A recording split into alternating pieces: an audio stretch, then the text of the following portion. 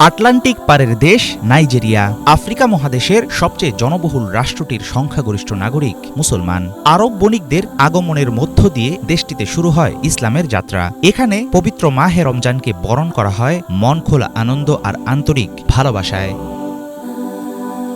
নাইজেরিয়ার মুসলিম অধ্যুষিত উত্তরাঞ্চলে মহানবী সাল্লাল্লাহু আলাইহি ওয়াসাল্লামের সুন্নত অনুসারে রোজা ভাঙা হয় খেজুর দিয়ে। ইফতারে প্রিয় পানীয়র মধ্যে থাকে ফলের রস, স্মুদি, ঘরে তৈরি লেমনেড এবং ঐতিহ্যবাহী জোবো ও ভুট্টা থেকে তৈরি ড্রিঙ্কস ফুরা দা নোনো।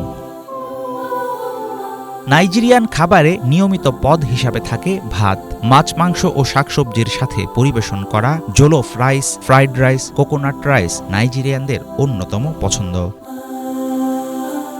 ভাজা অথবা ঝুরা মাংসের সাথে বাদাম, আদা, রসুন ও লাল মরিচ দিয়ে রান্না করা মশলাদার খাবার সুয়া, ফার্মেন্টেড চালের বাটা দিয়ে তৈরি টক স্বাদের মাসা নাইজেরিয়ানদের ঐতিহ্যবাহী খাবার।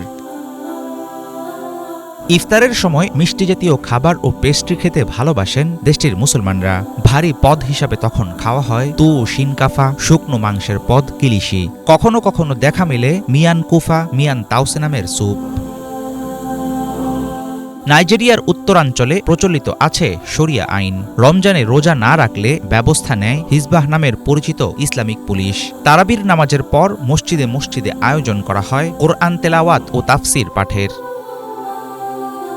প্রাকৃতিক খনিজ সম্পদে সমৃদ্ধ আফ্রিকা মহাদেশের সবচেয়ে বৃহৎ সংখ্যার মুসলমানের দেশ নাইজেরিয়া। নানান ধর্ম ও বর্ণের মানুষ বসবাস করে বহুজাতিক এই রাষ্ট্রে। আল্লাহর আনুগত্য লাভের চেষ্টায় ইবাদত বন্দিগিতে পবিত্র রমজান কাটান ধর্মপ্রাণ নাইজেরিয়ানরা।